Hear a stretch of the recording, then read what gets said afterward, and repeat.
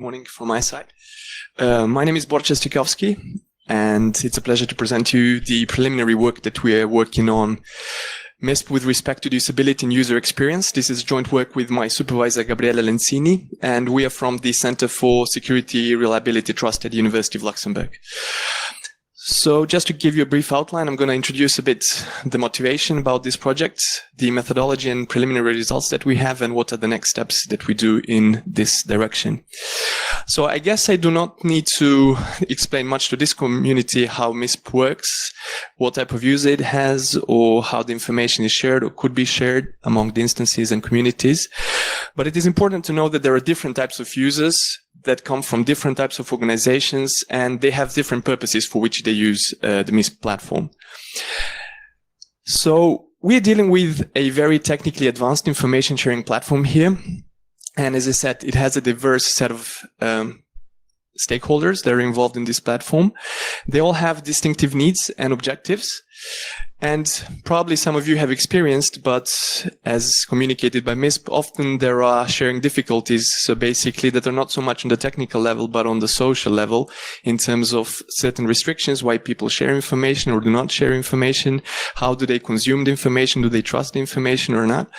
So there are a lot of issues that hover, let's say, the technical layers of this platform. And as research suggests as well, the importance of user experience and usability is, let's say, these aspects are paramount for the successful operation of an information sharing platform and the amount of information that is consumed and contributed towards it. So we set out to investigate basically how do MISP users evaluate the usability and user experience aspects of the platform, and more specifically, how do they perceive both the pragmatic and hedonic qualities of the system? And I will explain a bit more in detail now. So we set out to investigate this as a first step via a quantitative method called the user experience questionnaire, which is basically a combination of 6 scales with 26 items that asks people to rate specific aspects from 2 opposing views, such as, for example, do you find the system annoying or enjoyable? So they have to pick a value between these 2 values. So there are 26 questions of this form that try to answer or get some information about the attractiveness, perspicuity, or basically how difficult it is to learn the platform or the system, the product, how it is efficient, what is the dependability, the stimulation, and novelty of this platform. So just to give you an interdependence of these scales, basically the attractiveness is a pure valence dimension, whereas the efficiency, dependability, and perspicuity are more on the goal-directed aspects of the platform or the pragmatic qualities. And then on the hedonic side, we have the stimulation and novelty. Basically, how do people find these aspects as well, which usually in the past have not been considered via usability studies. So the second part was to investigate a bit more who are the users that use this platform. So basically their demographics, their background, profile, education, etc. And some of the questions were, what is the company that you come from? How long have you been using MISP, etc. And the last part is one more quantitative scale, which is called the system usability scale. And I presume maybe some of you might have come across it because it is a more known or standardized scale that has existed for more years than the UEQ. However, with all of the other scales, there are certain limitations or things that we need to take into account when deploying them. And specifically in the SUS, it does not look into any of the user experience or the hedonic aspects. So this is, for example, what questions from the SUS look like. So at the training session that was carried out in March earlier this year, we had discussed with the team of Circle to try to get the preliminary feedback from the participants of this training session on a voluntary basis to tell us how do they perceive the MISP platform, etc. So there were 50 people that were the training session. 25 responded, 25 did not respond to the questionnaire. Of those 25, 24 were male, 1 was a female. 20 had a technical or engineering background, 5 were non-technical. In terms of education, 19 or more than 75%, if I'm not mistaken, had a bachelor's degree or higher. When it comes to the age span, we can see that the largest group of people were in the range of 26 to 35. So relatively a young age group.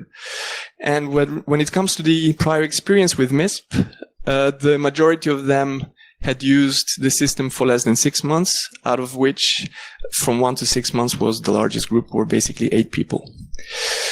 When we asked them how often they use MISP, the people that attended this training session said that most of them said that it is between once and 3 times per week. So only a small number used it on a daily basis, and the next smaller group, 17, was even less than 1 week. When it comes to the industry sector, the participants came from these, let's say, industries. The largest was banking. I don't know if it has to do with the fact that we did the training here in Luxembourg, but that was the case in this training session. And when it comes to user profiles, now this was interesting because before the survey we thought that people have a clear, let's say, role, but many of them actually see themselves as software analysts in addition to another role. So this is how each of the people have basically how many have indicated they see themselves as software analysts in addition to maybe some of the other roles. So it is interesting to see that there are certain users that use the platform for multiple purposes, actually. Okay, so just to summarize, so 48% were in this span from 26 to 35. The majority identified themselves as security analysts. They came from banking, the majority of them. And while it was the first training session for all of them, over 50% of them had used the training materials or the virtual machine before coming to the training session, which is one of the, let's say, materials that Circle provides. Okay, so these are the results of the questionnaires, and I presume this might not necessarily mean much, so I will try to explain it within a larger context. So we'll start with the user experience questionnaire. And basically, if we look at, if we compare those means against benchmark values, we can see that the MISP platform is positively evaluated on all aspects except for perspicuity, or basically those users found it quite complex and difficult to use the platform. On all the others, it is very good, and especially on the hedonic side, which is actually excellent or above average. So these benchmark values are obtained from a data set that has been carried out, or that comprises 401 studies with more than 18,000 people. So basically, the average estimates of different types of platforms using this scale give us certain benchmark values against which we can compare other systems. And of course, we need to take this with a bit of a consideration, but I will come to the, let's say, the limitations in a minute. So when it comes to the hedonic aspects, so basically how people find the platform in terms of novelty, motivation, etc., it is above average. It is in the best 10% best results. When it comes to how easy it is to learn the system, that is, let's say, the aspect that MISP is worst on, 25%. And when it comes to the SUS, so basically the second scale that I showed you before, the average score is 64.5. Again, this is a benchmark value that has been obtained via analyzing a large number of different products, etc., where 68 is considered to be the average value. So basically 64.5 is considered to be below average, which again probably might be due to the fact of the difficulty to learn the platform, etc.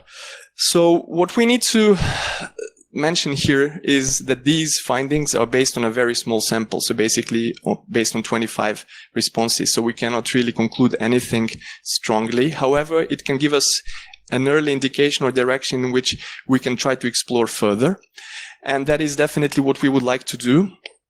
So using mixed methods, and here I again mentioned these quantitative surveys such as the EUQ, but also using interviews and other methods, we would like to understand better what are the biggest usability user experience issues. Because of course these surveys can only point us to a direction, but they do not really explain why people answer these questions like that, or why do they find the platform difficult to learn, etc. So we would like to complement within the next period, quantitative methods using some interviews. So I'll be here throughout the day. If any of you have any feedback or comments, I would be more than happy to hear them. But of course, it is on a voluntary basis, so you're more than welcome to also provide maybe some other feedback via other ways through the GIP or etc. So just to mention as a final step, I invite you all to take part in the user experience survey, which we have ported into an online form. And this will be basically provided, I think, also with the latest training materials, and the link will be provided from the Circle website. But from my side, that is all for now, and I thank you for the attention. And if you have any questions, feel free to let me know, either in person or during this podium now. Thank you.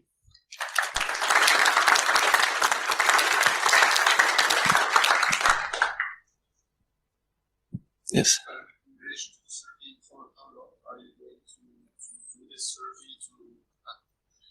So in relation to the survey, how long do you plan to keep it open and wait until you get enough results, just to have a rough idea? So I think we will perform analysis on a continuous basis, but I would say we would have it at least for 6 months, but even more. Hopefully it will be something that will continue on, and we will get continuous feedback in terms of also to be able to compare how the introduction of new features might impact the overall experience, etc.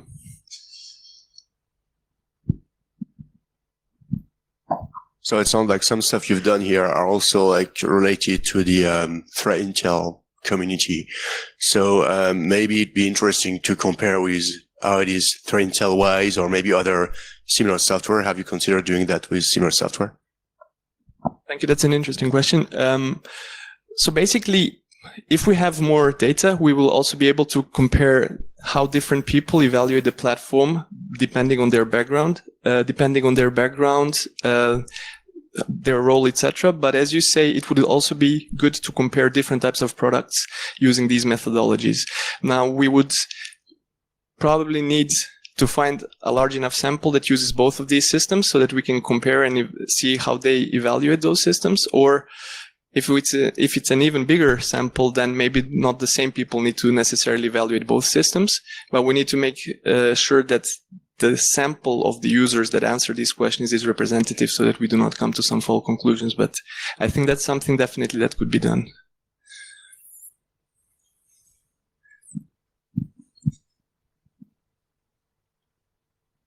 Thanks very much for this. Was your instrument clearly focused on what I'd call the UI of the tool? Because it occurs to me that there may be, particularly in some of the categories of respondent, some conceptual issues like what's a galaxy?